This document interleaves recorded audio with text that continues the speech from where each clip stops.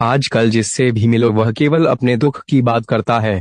कोई अपने आर्थिक दुख की बात करता है, कोई अपने पारिवारिक दुख की तो कोई अपने शारीरिक दुख की। दुनिया में शायद ही कोई ऐसा मनुष्य होगा जिसे कोई दुख ना हो। खैर, हमारे जीवन में सुख दुख तो आते जाते ही रहते हैं, परंतु मजे की बात यह है कि हम अपने दुख के लिए कभी ईश्वर को, कभी किस्मत को, तो कभी दूसरों को दोषी ठहराते हैं। जबकि सच्चाई यह है कि हर मनुष्य अपने दुख का निर्माता स्वयं है। हर मनुष्य अपना दुख स्वयं उत्पन्न करता है, लेकिन इस बात को कोई मानना नहीं चाहता। इसलिए इस वीडियो में हम आपको खुद के वास्तविक अनुभव और मनोवैज्ञानिक विश्लेषण के आधार पर बताएंगे कि हमारे दुख का मूल कारण क्या है। जब मैं पहली बार इस दुनिया में आया था, तब मैं बहुत खुश था। इतनी खूबसूरत दुनिया को देखकर कितना मनोहर दृश्य था। हंसते मुस्कुराते फूल, हवा में झूमते पेड़ पौधे, गाते गुनगुनाते चिड़िया का शोर और इतने सुंदर सुंदर लोग। मुझे बहुत अच्छा लगा इस दुनिया में आकर। मैंने मन ही मन ईश्वर का शुक्रिया अदा किया इतनी खूबसूरत दुनिया बनाने के लिए। परंतु धीरे धीरे जब मैं कुछ बड़ा हुआ और थोड़ी समझ हुई, तो मैंने ये नोटिस किया कि पता नहीं क्यों मनुष्य अपने जीवन में खुश नहीं है। मैंने देखा कुछ लोग चिंता में डूबे हुए थे, कुछ लोग गम के मारे लग रहे थे, कुछ लोग दुख में आंसू बहाते हुए दिखाई दिए। मैंने कुछ लोगों को ये भी कहते हुए सुना कि दुनिया में केवल दुख ही दुख है। कुछ लोग तो ईश्वर को कोस भी रहे थे कि ईश्वर ने उनकी जिंदगी को दुखों से भर दिया है। उनकी बातें सुनकर मुझे बड़ा आश्चर्य हुआ। मैंने सोचा कि ईश्वर भला ऐसे कैसे कर सकता है। मैंने तो सुना था कि ईश्वर मंगलकर्ता, दुखहर्ता, कृपा निधान, उद्धारकर्ता और दया के सागर हैं। फिर इतना सुंदर मनुष्य बनाकर उन्हें इतना पीड़ा, इतना दुख देना, यह तो कोई दया की बात नहीं हुई। मैंने तो सुना था कि ईश्वर बड़े महान और महाज्ञानी है, फिर इतना सुंदर संसार बनाकर उसे दुखों से भर देना, यह तो कोई बुद्धिमानी की बात नहीं हुई। लोगों का दुख देखकर मैं हमेशा यही बातें सोचा करता था। तभी अचानक एक दिन सपने में ईश्वर मुझे मिल गए। मैंने ईश्वर से शिकायत की, उनसे पूछा कि आपने इतनी सुंदर दुनिया बनाई है, मनुष्यों को इतना शानदार जीवन दिया है, फिर आप इन बेचारे मनुष्यों को इतना दुख क्यों दे रहे हो। ईश्वर चौंकते हुए बोले, तुमसे किसने कहा कि मनुष्य को मैं दुख देता हूँ? यह बात तो सरासर झूठ है। किसने कहा? संसार के सब लोग तो आपको ही दोष दे रहे हैं। मैंने भी अपनी बात पर जोर देते हुए कहा। ईश्वर ने मुस्कुराते हुए कहा, तुम अभी बचे हो, तुमने अभी इन मनुष्यों को ठीक से समझा नहीं है। अपनी हर गलती के लिए दूसरों को जिम्मेदार ठहराते हैं। जाओ अभी संसार से कुछ सीखो, जीवन को गहराई से समझो। धीरे धीरे तुम्हें सब कुछ समझ में आ जाएगा। तभी से मैंने दुनिया से सीखना शुरू कर दिया, जीवन को समझना शुरू कर दिया। क्योंकि लोगों का दुखी देखकर मुझे भी दुख होता था।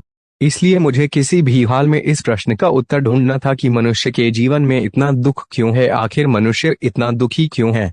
मैंने इस प्रश्न का उत्तर ढूंढने के लिए अपने दुखों को भी गहराई से विश्लेषण किया, अपने आसपास के दूसरे मनुष्य के दुखों पर भी काफी रिसर्च किया।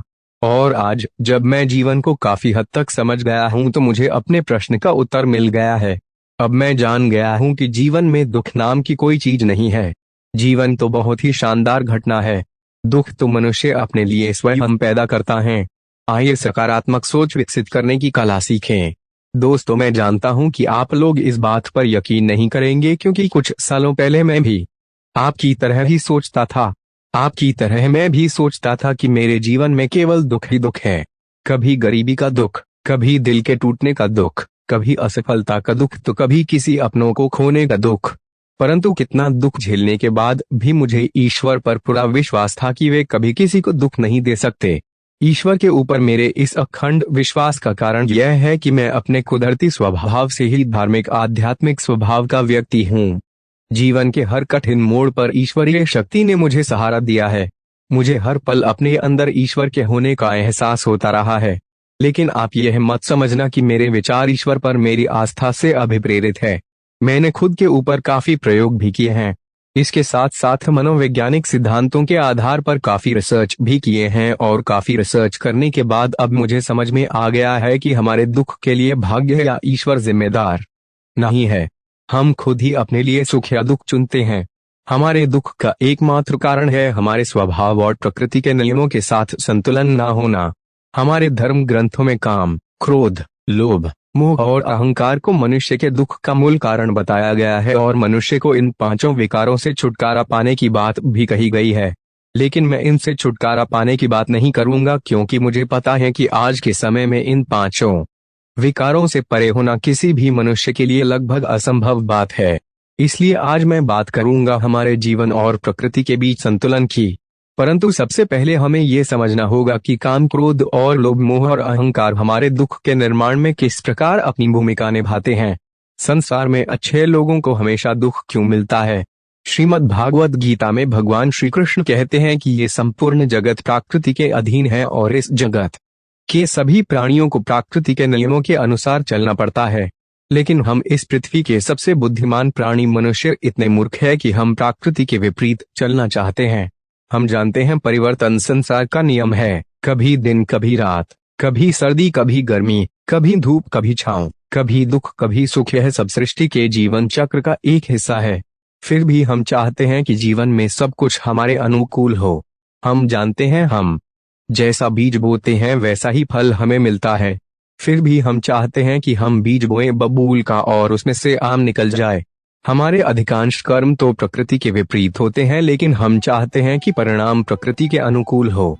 गीता में भगवान श्री कृष्ण कहते हैं, संसार के हितार्थ के लिए निस्वार्थ भाव से कर्म करो और फल की चिंता मत करो। लेकिन हमें कर्म से ज्यादा फल की चिंता होती है, और जब हमारी कामनाएं पूरी नहीं होती तो हम या तो क्रोधित हो जाते हैं या दुखी हो जाते हैं। क्रोध हमारे बुद्धि और विवेक को हर लेता है, जिससे हमारे सोचने व समझने की क्षमता क्षीण हो जाती है और हम मानसिक रूप से कमजोर हो जाते हैं। तत्पश्चात एक कमजोर मानसिकता वाला मनुष्य मन, कर्म और वचन से जो भी करता है वे उसके दुख को और भी ज्यादा बढ़ाने वाला होता है। अब आप खुद सोचिए कि हमारे दुखी होने के लिए कौन दोषी है। हालांकि ऐसी बात भी नहीं है कि हमारी इच्छाएं पूरी नहीं होती। हमारी कई इच्छाएं पूरी भी होती है, लेकिन जब हमारी इच्छाएं पूरी हो जाती है तो हमारा लोभ और बढ़ जाता है, जो आगे चलकर मोह का रूप ले लेता है। मोह का वास्तविक अर्थ होता है भ्रम, यानी हमें ये भ्रम हो जाता है कि हम किसी चीज के मालिक हैं। मोहवश हम संसार के भौतिक चीजों से अपना अस्तित्व जोड़ लेते हैं, जबकि गीता में भी कहा गया है कि परिवर्तन संसार का नियम है। जो आज तुम्हारा है वह कल किसी और का था और परसों किसी और का हो जाएगा। लेकिन हम चाहते हैं कि हम जो चाहे वे हमेशा के लिए हमारी हो जाए, और जब ऐसा नहीं होता तो हम दुखी हो जाते हैं। भ्रम से याद आया कि हमारा सबसे बड़ा भ्रम तो हमारा अहंकार है, जो आजकल हमारे दुखों का सबसे बड़ा कारण बन गया है। अहंकार में हम अपने अस्तित्व को सृष्टि के मूल प्रकृति से तोड़ लेते हैं। हम स्वयं को सबसे अलग और सबसे बड़ा समझने लगते हैं, लेकिन जब हमारा भ्रम टूटता है तब हमें पता चलता है कि हमारी औकात दुनिया में एक तिनके से ज्यादा कुछ भी नहीं है। इसलिए इस भ्रम के टूटने से हमारे अहंकार को चोट लगती है और हमें दुख का अनुभव होता है। स्मरण रहे कि प्रकृति के नियमों के अनुसार संसार की हर चीज पंच तत्वों अर्थात पृथ्वी, अग्नि, जल, वायु और आकाश से मिलकर बना है और एक दिन उसी में विलीन हो जाएगा। अतः इस भौतिक जगत के नश्वर चीजों पर आधिपत्य जमाने वाला हमारा अहंकार हमें केवल दुख ही दे सकता है। इस प्रकार दोनों ही परिस्थितियों में हम अपने लिए केवल दुख ही पैदा करते हैं। हालांकि यह दुख भी कोई स्थायी दुख नहीं होता, यह मात्र एक नकारात्मक विचार होता है जिसे हम चाहे तो सकारात्मक विचार में बदल सकते हैं।